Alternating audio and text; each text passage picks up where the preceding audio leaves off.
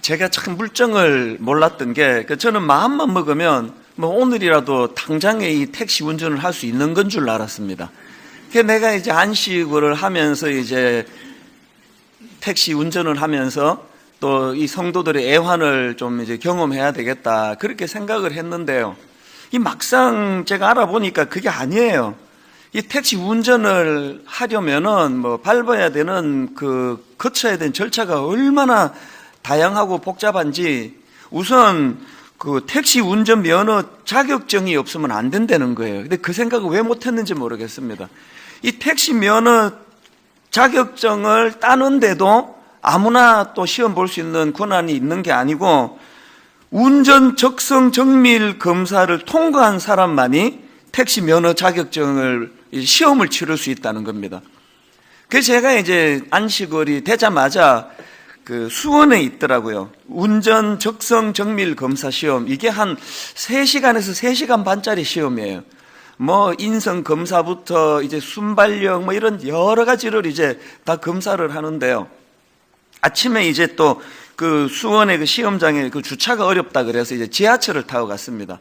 수원역에 내려서 이제 그 가까이에 있는데요. 한 아침 7시 반쯤에 이제 집에서 출발을 해가지고 한 8시, 한 3, 40분쯤에 이제 수원역에 내려서 목적지로 가고 있는데, 약간 이제 커브길인데 깜짝 놀랐습니다. 막 저 반대편에서 사람들이 막 다다다다다다 하면서 막 꽉 몰려오는데요. 순간적으로 정말 놀랐습니다. 처음 겪어보는 일이라서. 이게 무슨 재난 영화 찍는 것 같이 그렇게 막 확 몰려와서, 그 나중에 알고 보니까 그때가 이제 8시 한 40분, 50분 그 어간이니까, 이제 요 지하철 기차를 놓치면 이제 회사 지각하니까, 그거 이제 기차 타려고 막 체면이고 뭐고 없습니다. 그 뾰족 굳으시는 젊은 아가씨부터 막 뛰어오는데요. 이제 그거를 보면서 저는 이제 교회 출근할 때 이제 걸어 다니거나 뭐 지하철을 안 타니까 그런 걸 처음 봤거든요. 이야, 사람들이 아침부터 진짜 열심히 사는구나. 그게 제가 처음으로 느낀 그 느낌이었습니다. 그렇게 하고는 이제 그 적성검사 시험장에 들어가가지고 보니까 앞에 이제 이 컴퓨터가 있고, 또 이제 그 브레이크 밟는 거 이런 거가 있어서 밑에 페달이 있고 그런데요. 이쪽 옆에는 아주 애띤 그 총각이, 아주 아들 같은 그 애띤 총각이 이제 시험을 보고 있고, 또 이쪽 옆에는 나이가 한 60대 중후반 되는 뭐 할아버지 같은 아저씨예요. 그래서 이제 시험을 보는데 이쪽에 있는 그 60대 중후반 아저씨가 막 계속 혼잣말을 하는 거예요. 와, 이거 진짜 어렵다. 이거 어떡하지? 야, 이 아는 게 하나도 안 보이네. 와, 이거 큰일 났네. 막 계속 혼자로 이렇게 독백을 하는 게, 나 이제 집중해야 되는데. 그래서 이제 그렇게 이제 3시간 넘게 이제 시험을 다 보고요. 그렇게 하고 이제 다시 이제 지하철을 타고 집으로 오는데, 참 많은 생각이 들더라고요. 이쪽 옆에 앉은 이 총각까지 젊은 청년은 참 기도가 축복을 해주고 싶더라고요. 뭐 트럭을 운전하기 원하는 건지 뭐 택시를 원하는 건지 그건 모르겠지만, 이 청년이 또 합격하고 잘 되기를 바라고요. 또 이쪽에 앉은 그 아저씨를 생각하니까 너무 걱정이 되는 거예요. 내가 볼 때 이거 떨어졌을 것 같아요. 왜냐하면 본인이 뭐 아는 게 하나도 없다 그러니까. 그리고 또 다 이제 시험 끝나고 나갈 때까지도 막 계속 이제 끙끙 앓으면서 시험을 보시니까요. 막 이 제 거를 막 다 드리고 싶은 거예요.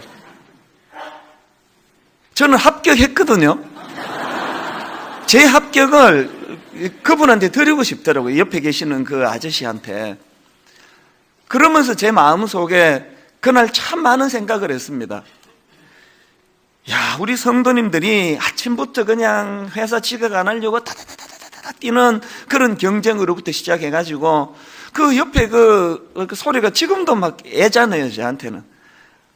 이거 큰일 났네. 이거 하나도 모르겠다. 막 혼잣말로 그 독백하는 이 할아버지 같은 이분은 무슨 사연이 있길래 이 연세에 이제 새삼 택시 면허를 따시려고 적성검사를 보고 계시나, 그런 걸 제가 생각하면서 내가 혹시라도 참 이 삶의 애환을, 성도들의 애환을 잘 모르고 그 뜬구름 잡는 이런 설교를 하는 목사는 아닌가, 그런 심각한 생각이 들더라고요. 그리고는 이제 운전 적성 정밀검사 합격을 했으니까 이제 서류를 해가지고 이제 드디어 운전면허 자격증 이제 시험에 원서를 냈는데요. 보니까 이제 이 80문제 중에서 이제 60문제 이상을 맞으면 이제 합격인 거예요. 이제 59개 하면 이제 불합격인 건데. 그래서 이제 그 시험을 다 보고 났더니, 이게 또 당일날 바로 이제 결과를 알려준다고 기다리라는 거예요. 그 추운 겨울에 대기실도 없고요. 그 한 40대, 50대 또 젊은 분, 이런 분들이 이제 그 335 그 바깥에 나가서 이제 담배를 피우고 이러는데, 제가 또 그분들을 이렇게 뵈니까 참 저분들은 태어나 어떤 인생의 그 과정을 거쳐 여기까지 왔을까. 그리고 얼굴에 표정이 하나도 없는 거예요. 이제 그냥 그 담배도 피우고 뭐 그냥 그러고 있는 그 사이에서 제가 그분들을 보면서 참 많은 생각을 하게 됐습니다. 그 결과가 좀 궁금하시죠? 이 80문제 중에서 60문제 이상 받으면 합격인데 제가 64점을 받아가지고 겨우 합격을 한 거예요. 참 그 점수로도 다 불러주는데 제가 1번이었거든요. 모든 분이 이게 제가 1번인 거 아는데, 그것도 예수 믿는 사람도 있을 텐데 1번 64점 되게 창피했습니다. 왜냐 하니까 그 다른 분들은요 막 이렇게 두꺼운 이런 책 있지 않습니까? 그 책 가지고 공부해가지고 뭐 보통 이제 80문제 중에 뭐 74, 75 이러거나 아예 떨어지거나 이렇게 둘 중에 하나인데 64점으로 겨우 이제 합격을 해가지고 좀 민망하고 그랬는데요. 어쨌든 이제 드디어 이제 제가 운전 면허증을 이제 손에 쥐게 되니까, 와, 이제 드디어 내가 택시 이제 운전대를 잡게 되는구나 했는데, 또 웬걸요, 택시 운전 면허증만 있는다고 되는 게 아니고요, 이틀 동안에 신규 교육을 받아야 되고요, LPG 가스 안전 교육을 받아야 되고요, 게다가 이제 제가 그 2달을 안식월을 갖기로 했다가 1달 반 만에 조기 복귀했기 때문에 택시 운전대는 잡아보지도 못하고 안식월이 끝난 거예요. 그게 제 마음에 이제 이 복귀하더라도 이제 일주일에 하루 정도는 뭐 그렇게 이제 써주는 택시 회사가 있다면 일주일에 하루 정도는 그 택시 운전을 좀 당분간은 해야 되겠다. 이제 그런 생각을 하고 이제 목회 현장에 복귀했는데 웬걸요, 이 복귀하고 나니까 막 정신없이 돌아가가지고 글쎄 제가 이거 일주일에 한 번 하루씩 운전을 할 수 있을지 없을지 모르지만, 그러나 저는 그 과정에서 들어간 돈, 시간 하나도 안 아까운 게요, 이 준비하는 과정에서부터 참 많은 깨달음을 하나님이 주셨습니다. 그래서 제가 많은 생각을 하면서 목회를 점검하게 됐는데, 하나님께서 안식월 마지막 날이에요. 이제 금요일 날 제가 제자훈련, 사회훈련 담당자들을 다 소집했습니다. 이제 우리 한번 은혜를 구해가지고 제자훈련 제대로 해보자고 이제 이런 좀 독려하려고 모임을 가졌는데요. 이제 다 끝 무렵이에요. 교역자들이 이제 쭉 돌아가면서 이제 오늘 나눈 이야기를 함께 이제 그 피드백을 나누는데, 우리 교회 그 교역자인데요, 뭐라고 말하는가 하니까 자기가 이제 목사로서 또 제자훈련 인도하는 그 인도자로서 그 가책을 느낀다는 거예요. 무슨 가책이 느껴지느냐 하니까, 내가 목회자로서 예수님을 깊이 내가 체험했나? 나는 예수님을 깊이 체험한 사람인가? 그런 질문을 가지고 자기 마음에 그런 부끄러움을 느낀다는 겁니다. 그래서 이제 왜 그런 생각을 하게 됐냐 그러니까, 그 아내가 참 대단한 분이에요. 그 목사님 사모님이 자기 남편한테 뭐라고 말하느냐니까 어느 날 이런 말을 하더래요. 당신은 예수님을 깊이 만난 것 같지가 않습니다. 그런 이야기를 하더래요. 여러분, 이게 목사에게 이게 얼마나 심각한 이야기입니까? 그것도 가장 가까이서 자기를 잘 알고 지켜보는 그런 아내가 이제 그런 이야기를 했으니까 이 목사님이 충격이 될 거 아닙니까? 그래서 마음에서 너무 괴롭고 그래가지고, 정말 나는 예수님을 깊이 경험한 사람인가? 정말 나는 예수님께 미쳐서 목회를 하고 있는가? 그런 질문을 자기 스스로 하게 됐다는 거예요. 그게 이제 안식을 복귀하기 곧 전 금요일인데요. 그리고 이틀 뒤에 이제 제가 설교를 시작한 게 이게 지난주 이야기예요. 지난 주일 예배가 다 끝나고 월요일 날 이제 집에서 있는데 계속 그 부목사님의 그 고백이 자꾸 떠오르는 거예요. 당신은 예수님을 깊이 만난 것 같지가 않아요. 제가 하나님 앞에 왜 안식을 마지막 날에 이 말씀을 하나님께서 이 말씀을 들려주셨나. 제가 한 달 반 안식일을 정리하면서 이 두 기둥 같은 그 택시 면허 따는 과정에서 제가 경험했던 그 깨달음들하고 마지막 날에 그 부목사님을 통해서 들려준 그 깨달음하고를 제가 조합하면서 하나님께서 원하시는 게 이거구나. 하나님께서 제 마음에 주시는 말씀이 뭐냐 하니까요. 네가 이번에 택시 면허 따면서 그 성도들의 삶이 이게 참 이게 어렵구나라는 거 느낀 거 그거 맞다. 성도들 진짜 힘들다. 그런데 그 성도들 힘들다고 위로해주고 등 두드려주고 하는 그 일을 목사인 네가 해야 되지만 그걸 다른 어떤 것이 아니고 네가 깊이 만난 예수 그리스도, 네가 먼저 예수님을 깊이 만나고 네가 만난 그 예수 그리스도의 능력을 전하면 그게 위로가 된다.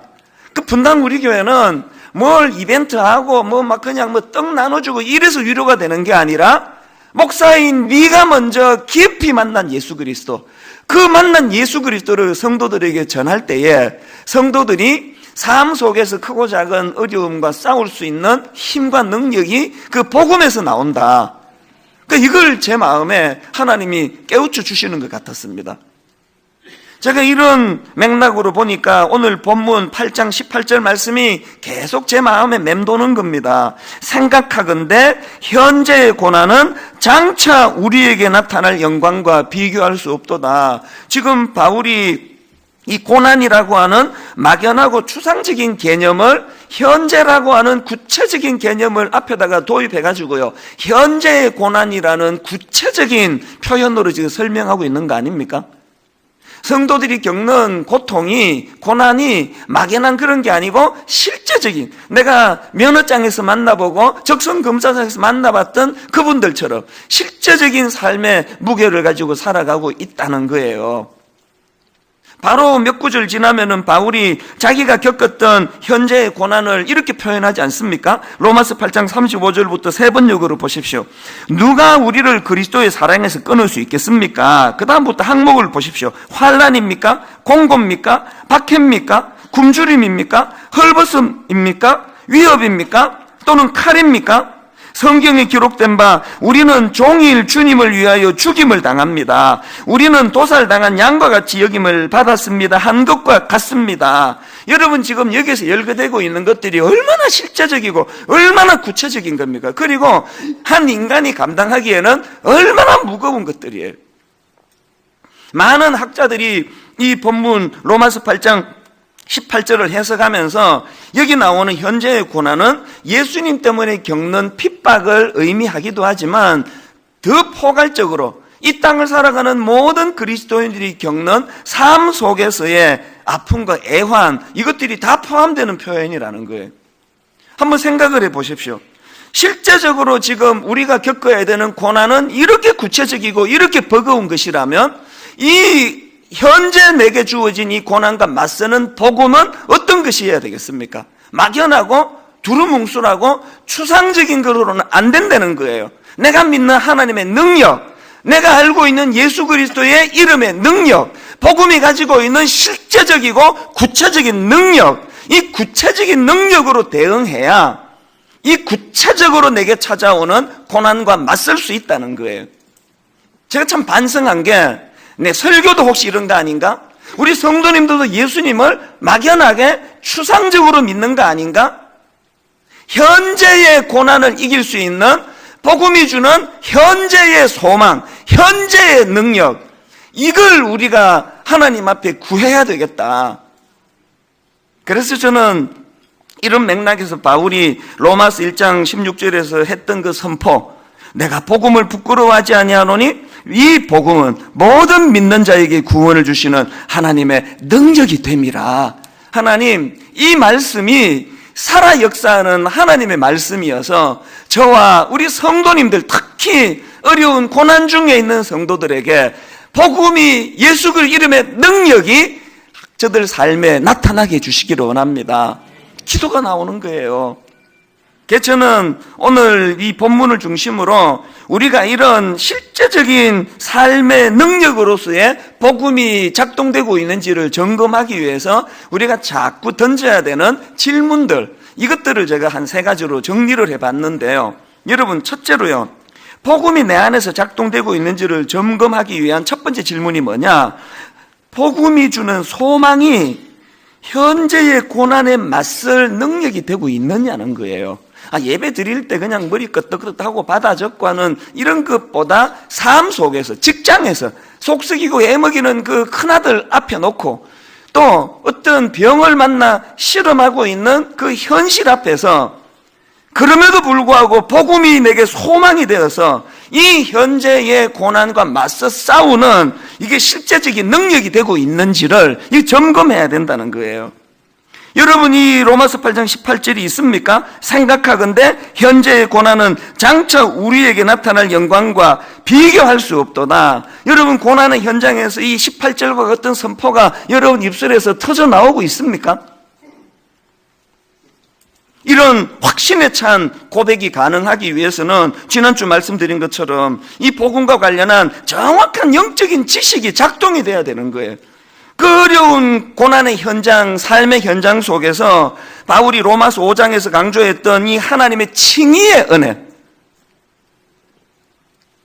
우리가 아직 죄인 되었을 때에 그리스도께서 우리를 위하여 죽으심으로 하나님께서 우리에 대한 자기의 사랑을 확정하셨느니라. 나는 이제 십자가로 의로운 하나님의 자녀가 되었다. 나는 하나님의 자녀가 된 신분이기 때문에 이 현재의 고난으로 난 망하지 않는다, 무너지지 않는다. 이 확정된 마음이, 지식이 여러분 속에 작동되고 있습니까? 그런가 하면은 바울이 6장과 7장에서 강조했던 그리스도와의 연합의 은혜, 그리고 이제 다음 주일날 제가 구체적으로 살펴보려고 하는데요, 로마서 8장에서 바울이 강조하고 있는 이 성령 하나님의 내주하심의 은혜. 그래서 여러분, 우리가 삶 속에서 지난주 말씀드렸던 이 함께의 신비, 이 함께의 신비가 내 안에 작동되고 있는가? 제가 그 수원에 그 시험 보러 가가지고 너무 애띤 그 총각이 그 시험을 보고 그 신음소리를 내는 60대 후반 아저씨를 보면서 참 이 두 사람이 지금 이렇게 숨소리도 못 내고 시험을 보고 끙끙 앓으면서 시험 보는 이 시간, 이 현장에 이분들에게도 내가 경험하고 있는 함께의 신비, 내주하시는 성령님이 내 마음을 붙잡아 주시고 내 마음에 용기를 주시는 이 실체 되시는 성령님의 신비로운 함께의 은혜를 이 사람들도 이 시간 누리면 얼마나 좋을까. 그런 마음의 소원이 생기는 거예요. 여러분, 우리가 살아가면서 하나님 앞에서 자꾸 질문해야 돼요. 복음이 주는 소망이 이 현재에 내가 겪고 있는 현실적인 어려움과 맞서는 능력으로 작동되고 있는가? 그리고 중요한 한 가지 포인트가 더 있습니다. 자, 본문 8장 22절 한번 보시겠습니까? 피조물이 다 이제까지 함께 탄식하며 함께 고통을 겪고 있는 것을 우리가 아느니라. 여러분, 여기 나오는 고통을 겪고 할 때 이 고통이라는 단어는요, 이게 산모가 아기를 낳을 때 겪는 산통, 이 분만실에서 겪는 고통을 표현할 때 쓰는 단어라는 거예요. 이게 참 의미가 있는 거 아닙니까? 바울이 지금 인간을 위시해가지고 모든 피조 세계가 지금 고통을 겪고 있는데, 그거를 묘사하는 고통이 이게 장례식에서 절망의 죽음 앞에 눈물 흘리는 그 고통이 아니고요, 분만실에서의 고통. 분만실에서 어떤 차이인지 아시겠죠? 장례식에서 고통은요, 죽음 앞에 인간의 한계를 드러내는 절망의 고통이에요. 그러나 분만실에서 고통은 달라요. 장례식보다 분만실의 고통이 훨씬 더 고통스럽지만 차이가 뭡니까? 분만실에서 고통은요, 생명을 낳기 위한 희망의 고통이에요. 그래서 그 미국 같은 데는 그 법으로요, 분만실에 그 남편이 같이 들어가게 돼 있습니다. 들어갈 수 있도록 돼 있습니다. 그래서 그냥 미국 남자들은 애 낳을 때 죽는데요. 막 과격한 부인들은 막 남편 머리 쥐어 뜯고 막 아파 죽을 것 같으니까 산통이 너무 힘드니까 막 머리 쥐어 뜯으면서 나쁜 놈아, 니 때문이야! 니 때문이야! 그러면서 막 그 머리를 쥐어 뜯는다는데 그 분만실에 못 들어가게 하는 대한민국 법을 난 너무 사랑합니다. 근데 이 머리숱이 이렇게 남아있는 거 아닙니까? 막 그렇게 그냥 괴로운 게 그게 산통이래, 산통. 오죽 괴로우면 그 남편 머리를 쥐어 뜯겠냐고요. 저희 집사람도 이제 큰애를 낳고요. 이제 제가 이게 참 눈치가 없어요. 그 애 금방 낳고 막 얼굴 퉁퉁 붓고 이제 지금 이제 그 몸 풀고 있는 산모한테 제가 그 둘째는 언제 낳을 거야? 그랬다가 맞아 죽는 줄 알았습니다. 진짜 화내더라고요. 이걸 보고도 그런 소리가 나오느냐고. 한 번만 더 이런 이야기하면 내가 가만 안 있을 거라고 막 너무 화를 내가지고요. 둘째 낳자는 소리는 입도 뻥끗 못했습니다. 근데 시간 좀 지나니까 자기가 알아서 둘째, 또 가만히 있었는데 자기가 알아서 셋째. 그 바보 아닙니까? 그렇게 아파 죽을 것 같아가지고 둘째기 꺼내만 둬도 분통을 터뜨리던 사람이 왜 자진해서 둘째의 그 산통을 자원해서 고통을 겪느냐고요. 그 바보 아닙니다. 그 당연한 거예요. 너무너무 고통스러웠던 기억은 다 잊어버리고 그 고통으로 얻었던 이 생명의 기쁨을 누리니까 기꺼이 여기 어머니들이 둘째 낳고 셋째 낳고 그렇게 하는 거 아닙니까? 복음의 능력의 위대함이 뭔지 아십니까? 복음은요, 내버려뒀으면 우리가 겪고 있는 이 고통은요, 우리 인간의 한계 때문에, 우리 죄성으로 말미암아 이게 장례식으로 갈 수밖에 없는 고통이에요. 내버려두면 이 고통은 처절하기 짝이 없는 절망의 고통인데 복음은 이 고통을 산통으로 바꿔주시네. 산통으로. 지난주 말씀드렸잖아요. 예수 믿는 사람의 특권은 고통을 없애주는 게 아니에요. 모든 예수 믿는 사람들은 애 안 낳아도 된다, 산통 없어도 된다, 그거 아니잖아요. 누구나가 나의 인생에 아픔이 있고 고통이 있지만 복음은 내버려두면 장례식에서 흘리는 고통과 같은 쓰라린 절망의 고통에 빠질 수 있는 우리를 분만실에서의 현실은 아프지만 이걸 견뎌낼 때 어떤 소망을 주십니까? 생명이 태어나는 그 희망의 고통으로 바꾸어 주신다는 거예요. 여러분에게 이 복음이 있습니까? 그래서 한편으로는 너무 아프고 너무 괴롭지만 자고 나면 또 회복이 되고 자고 나면 또 용기가 생기는 살아있는 복음의 능력이 여러분 삶 속에 작동되는 은혜가 있기를 바랍니다. 그런가 하면 두 번째로 복음이 내 안에서 작동되고 있는지를 점검하는 질문이 하나 더 있는데요. 복음으로 나는 내 시야가 점점 넓어지고 있는가? 이걸 점검하셔야 됩니다. 자, 오늘 본문의 흐름을 한번 보십시오. 18절에서 생각하건대 현재의 고난은 장차 우리에게 나타날 영광과 비교할 수 없도다, 이렇게 선언을 하고는 그 범위를 그 다음 19절서부터 피조 세계로 확장을 시키고 있는 거예요. 자, 19절부터 한번 보시겠습니까? 피조물이 고대하는 바는 하나님의 아들들이 나타나는 것이니 피조물이 허무한데 굴복하는 것은 자기 뜻이 아니요 오직 굴복하게 하시는 이로 말미암음이라. 그 바라는 것은 피조물도 썩어짐의 종로로 단 데서 해방되어 하나님의 자녀들의 영광의 자유에 이르는 것이니라. 피조물이 다 이제까지 함께 단식하며 함께 고통을 겪고 있는 것을 우리가 아느니라. 이 흐름을 아시겠습니까? 바울은 지금 예수 믿는 하나님의 자녀들이 겪는 현재의 고통을 열거하고 그렇게 하고 끝내지 않고 그 생각의 범위를 모든 피조 세계로까지 확장하고 있다는 사실이에요. 저는 이 말씀을 깨닫고 또 묵상을 하면서 반성하는 것, 우리의 믿음이 자꾸 은혜가 깊어질수록 개인 구원으로 흐르고 있는 건 아닌가? 안으로. 그래서 그냥 산기도 가고 혼자 금식하고 혼자 묵상하고 암송하고 우리의 신앙이 이 축소지향적인 이 개인 구원에 치우쳐 있지 않는가. 오늘 한국교회가 이런 축소지향적인, 바울은 확장하고 생각을 넓히고 지경이 넓어지고, 그래서 바울은 그 시야가 피조 세계까지 넓혀지고 있는데 오늘 우리는 예수만 잘 믿으면 점점 안으로 교회 안으로 숨어 들어가지고 오늘 여러분 대한민국에서 겪고 있는 이 비극적인 대통령이 임기도 다 못 채우고 그냥 파면되는 이런 가슴 아픈 일들이 예수 믿는 우리들의 좁음의 문제에서 기인하는 건 아닐까요?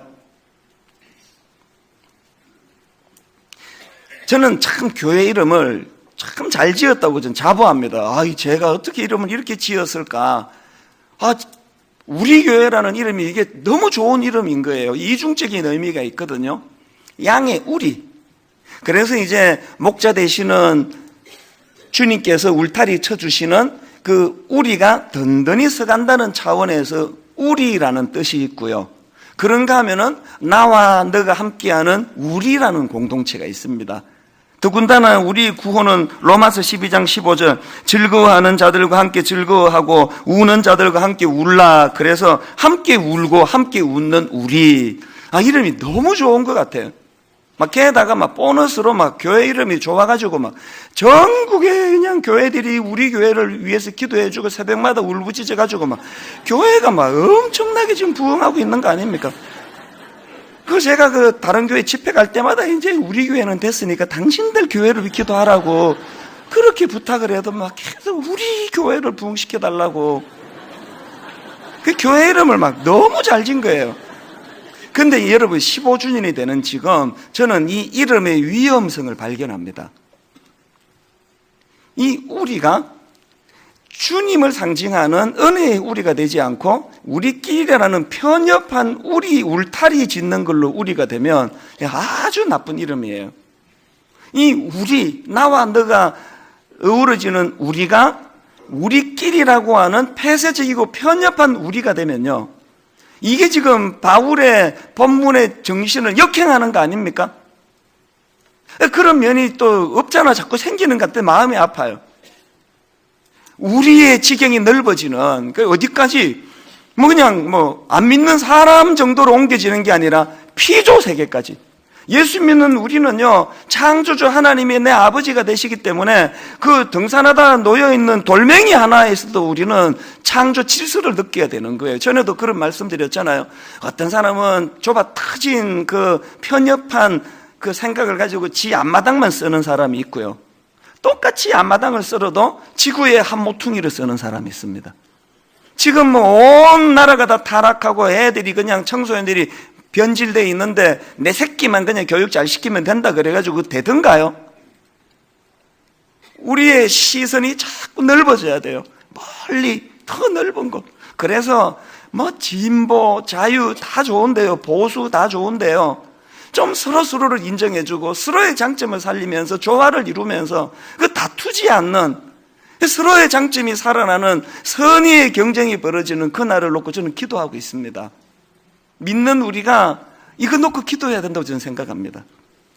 또 그런가 하면은 본문에서 그러면 왜 피조 세계가 이렇게 그냥 고통하고 탄식하고 몸살을 앓는 현실이 됐느냐? 왜 이렇게 돼버렸나? 그게 타락한 우리 인간들 때문 아닙니까? 창세기 3장 17절에 그 답이 나오는데요. 아담에게 이르시되 내가 내 아내의 말을 듣고 내가 내게 먹지 말라 한 나무의 열매를 먹었은즉 땅은 너로 말미암아 저주를 받고. 피조 세계가 이렇게 신음하는 모든 건 다 예수 믿는 우리들의 타락이라는, 우리들의 타락. 지금 지구 온난화, 저는 유럽을 가보고 미국 동부, 미국 서부 또 그 동남아시아 다니면은요, 이 큰일 났다 싶어요. 어느 지역에서도 공통적으로 나오는 이야기가, 똑같은 이야기가 기온이 지금 이상하게 돼간다는 거예요. 시카고 같은 데는요, 83년도 제가 이민 갔을 때는 체감 온도가 영하 40도, 50도, 눈 한 번 오면은 무릎까지 오고 그랬는데, 지금 시카고 겨울이 따뜻해가지고요, 눈도 안 오고 그래서 다들 그게 너무 불안한 거예요, 지금. 여러분, 몇 년 전에 방영된 북극의 눈물이라는 다큐멘터리 보셨습니까? 북극 곰들이요, 이제 계절이 바뀌면은 먹이를 찾아가지고 이동을 해야 되는데 북극곰은 어떻게 이동합니까? 얼어붙은 얼음 덩어리를 타고 이동을 하는데 지금 문제가 뭐냐? 지구 온난화로 북극의 얼음들이 무서운 속도로 녹고 있어가지고요. 북극 곰이 이동할 통로가 다 막혀버린다는 거예요. 그래서 짝짓기도 해야 되고 먹이도 구해야 되고 하는데 이 지금 어느 정도 그 북극이 지금 얼음이 녹고 있는가 하니까 지난 33년 동안에 북극의 얼음의 절반이 녹았답니다. 우리나라 아니요. 그 한반도 면적의 18배에 달하는 크기가 녹아버렸다는 거예요. 그래서 북극 곰들이 죽어가고 있다는 그 얘기예요. 저는 우리 자식 혹은 우리 자식의 자식들은 이 세상에 어떻게 살지? 여러분, 복음으로 구원받고 복음의 감격을 회복한 사람은 실천이 그렇게 막연하고 두루뭉실 하지 않아요. 오늘 은혜 받으셨습니까? 세제 아끼시는 거예요, 세제. 그러면 내 돈 주고 내가 사는데 뭐 그거 아니고 어떻게 해서든 우리가 이 지구 온난화를 막기 위해서 또 이 신음하는 지구를 보호하기 위해서 환경에 관심을 가지고 또 무엇보다도 믿는 우리가 각성을 하고 창조 질서를 되찾을 수 있도록 그런가 하면은 마지막 세 번째로 복음이 내 안에서 작동하고 있는지를 점검하는 질문이 하나 더 있는데요. 이런 질문을 드려야 됩니다. 나에게는 하나님의 자녀로서의 탄식이 있는가? 탄식이. 23절. 그뿐 아니라 또한 우리 곧 성령의 처음 익은 열매를 받은 우리까지도 속으로 탄식하여 양자 될 것 곧 우리 몸의 속량을 기다리느니라. 지금 여기에 속으로 탄식해가지고 몸의 속량을 기다린다는데 이게 뭔지를 바울이 자기가 먼저 경험한 거를 로마서 7장에서 이미 고백하지 않았습니까? 로마서 7장 24절에 오호라 나는 곤고한 사람이로다 이 사망의 몸에서 누가 나를 건져내랴. 이게 지금 8장 23절에서 말하는 속으로 탄식하여 몸의 속량을 기다리는 샘플을 보여준 거예요. 바울이 지금 왜 이렇게 탄식을 합니까?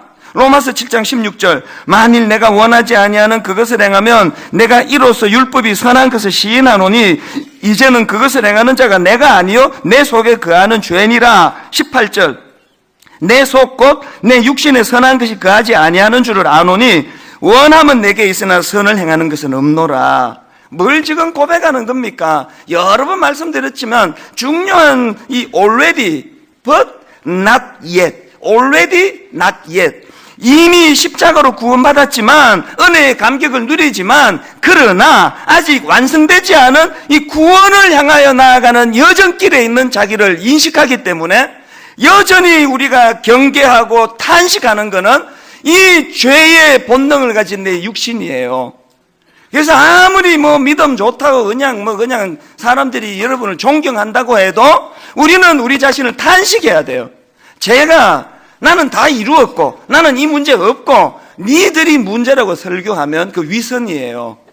저는 설교하고 나면 나 자신에게 늘 절망하는 사람이에요. 설교자가 어떻게 해? 이것밖에 안 되나? 바울도 탄식을 하는데 바울도. 그렇기 때문에 여러분 우리가 이 내 속에 내재하는 이 죄의 문제를 간과해서는 안 되고요. 우리가 이 두 갈래로 믿는 자들은 두 갈래로 탄식을 해야 돼요. 첫 번째 탄식이 뭐겠습니까? 자기 자신에게 아직 남아있는 죄의 본성을 탄식해야 됩니다. 죄의 본성을. 그런가 하면은 또 한 가지 두 번째 탄식이 뭐냐? 이렇게 죄로 물든 이 시대를 우리가 바라보면서 탄식해야 돼요. 탄식. 지난 금요일 날 새벽에요. 탄핵 심판이 일어나기 몇 시간 전에 너무 마음이 고통스러운 게 새벽에. 이제 몇 시간 뒤에 이제 재판관이 이렇게 판결을 해도 반쪽은 절망하고 저렇게 판결해도 또 반쪽은 절망할 텐데 이거 어떻게 해야 되나? 너무너무 마음이 힘들어가지고 게시판에 함께 기도하자고 제가 글을 올렸는데요. 어제도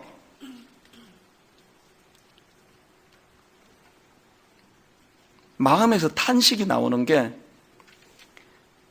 대통령이 임기도 다 못 채우고 그렇게 파면되는 이런 일들을 앞에 놓고 믿는 자들로서 어떻게 탄식을 해야 되나?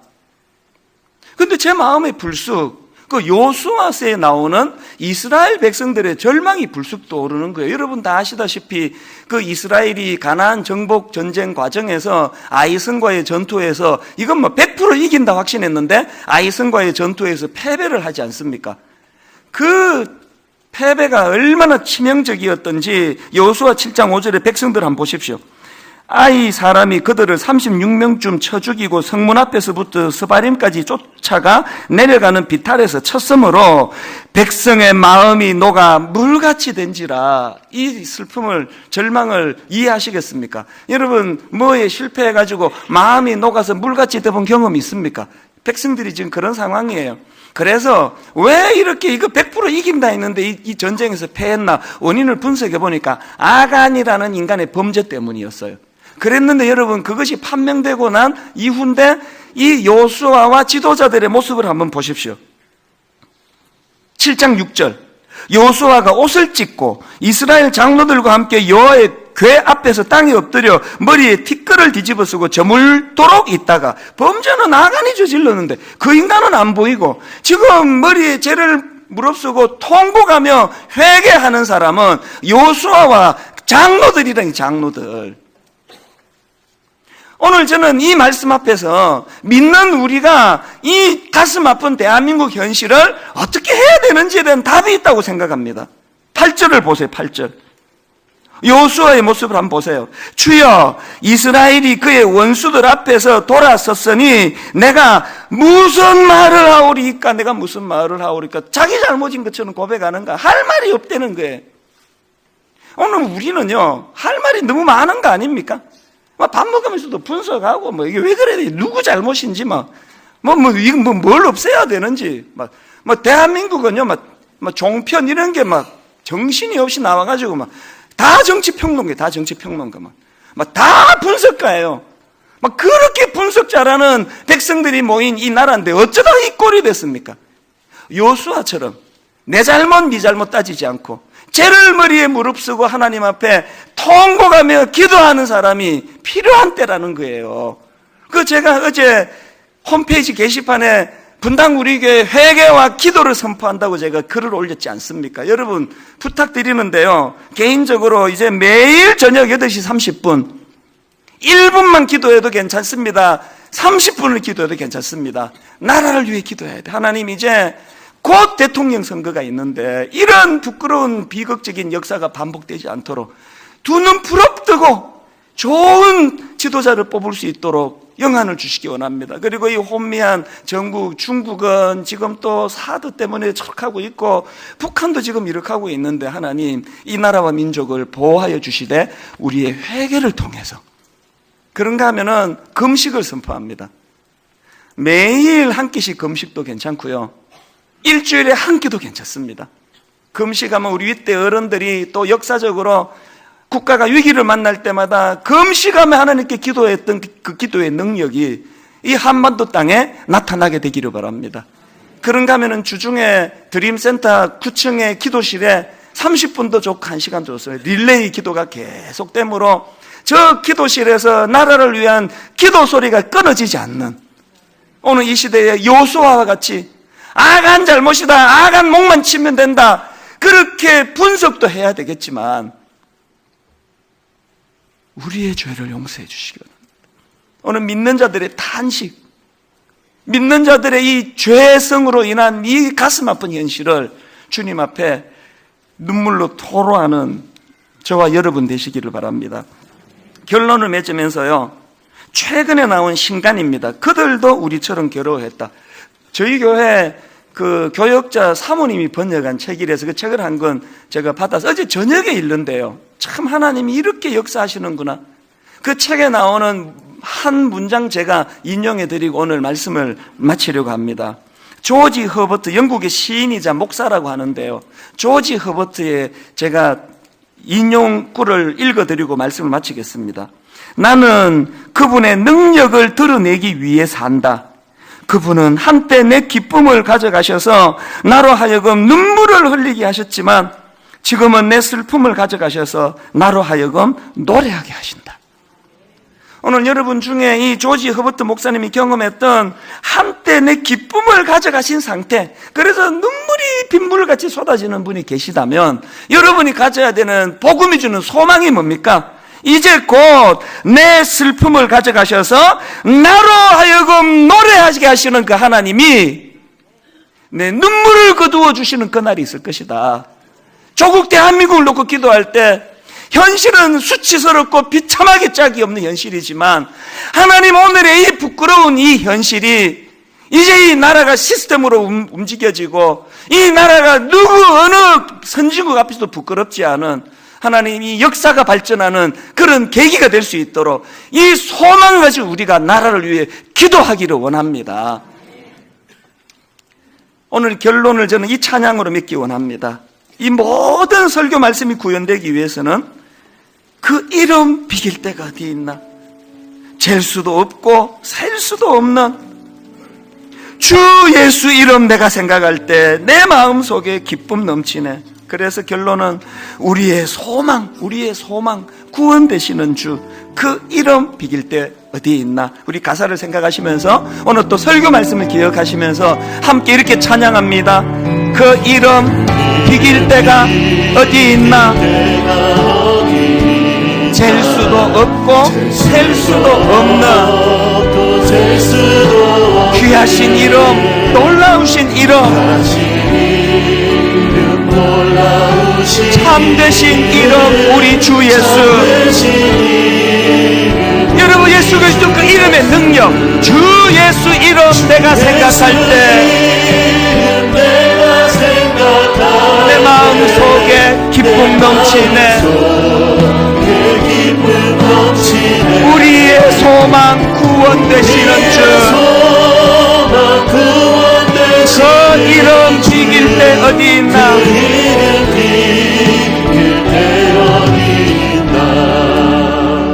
2절 가사를 한번 띄워주시겠습니까? 비탄에 빠진 가련한 영혼이 복음이 그 사람 안에 들어오니까 어떤 일이 일어나느냐? 그 슬픔이 안개 걷듯 슬픔의 안개 걷어치우고 그래서 즐거이 새 생명 새 힘을 얻어 결론 쓰라린 상처 아물었도다. 과거의 쓰라린 상처가 아물어지고 그 다음에 주 예수 이름 내가 생각할 때 내 마음속에 기쁨 넘치네. 우리의 소망. 아까 그 단어 말씀해 드리지 않았습니까? 장례식과 같은 절망의 눈물 흘리고 있는 우리의 눈물을 분만실에서의 눈물로 바꾸어 주셔서 아픔은 사라지지 않았는데 이제 새로운 생명을 위한 소망의 눈물을 내가 흘리게 되었다는 이 소망으로 회복이 되니까 견딜 수 있는 힘을 얻게 되는 겁니다. 이 가사의 원리를 기억하시면서 우리 2절 한 번 더 이렇게 찬양합니다. 비탄에 빠진 가련한 영혼이 이런저런 상한 마음을 가지고 산에 빠진 가련한 영혼 슬픔의 안개 걷어치우고 즐거이 새 생명 새 힘을 얻어 쓰라린 상처 아물었도다. 주 예수 이름 내가 생각할 때 내 마음속에 기쁨 넘치네. 아픔 중에도 우리의 소망 구원 되시는 주 그 이름 비길 때 어디 있나? 우리 다 자리에서 일어나셔서 비탄에 빠진 가련한 영혼이 바로 오늘 이 시간 이 자리에 슬픔의 안개 걷어치우고 즐거이 새 생명 새 힘을 얻어 쓰라린 상처 아물었도다. 이 복음의 능력을 경험하며 주 예수 이름 내가 생각할 때 내 마음속에 기쁨 넘치네. 우리의 소망 구원 되시는 주 그 이름 비길 때 어디 있나? 내가 믿고 또 의지함은 내 모든 형편 아시는 주님 늘 보호해 주실 것은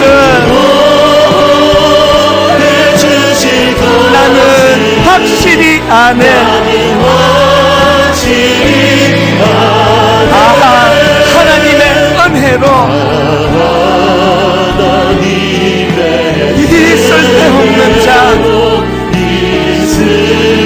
구원의 감격을 가지고 왜 구속하여 주는지 난 알 수 없도다.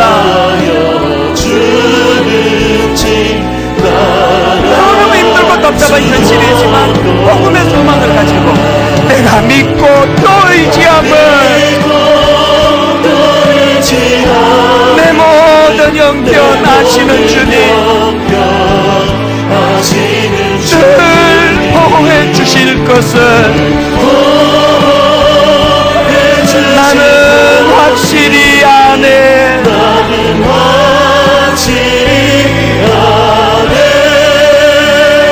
우리 상한 마음을 가지고 주님 앞에 나가기 원하는데 한번 저를 따라 큰 소리로 선포하고 우리 개인의 심령, 우리 가정, 위기를 만나 우리 조국 대한민국을 위해 기도하는 시간 갖기 원합니다. 이렇게 선포합니다. 주여 은혜를 주옵소서. 주여 은혜를 주옵소서. 주여 은혜를 주옵소서. 주여 은혜를 주옵소서. 주여 은혜를 주옵소서. 주여 은혜를 주옵소서. 다 같이 기도하십니다. 살아계신 하나님 아버지, 이 나라를 불쌍히 여겨주시기 원합니다.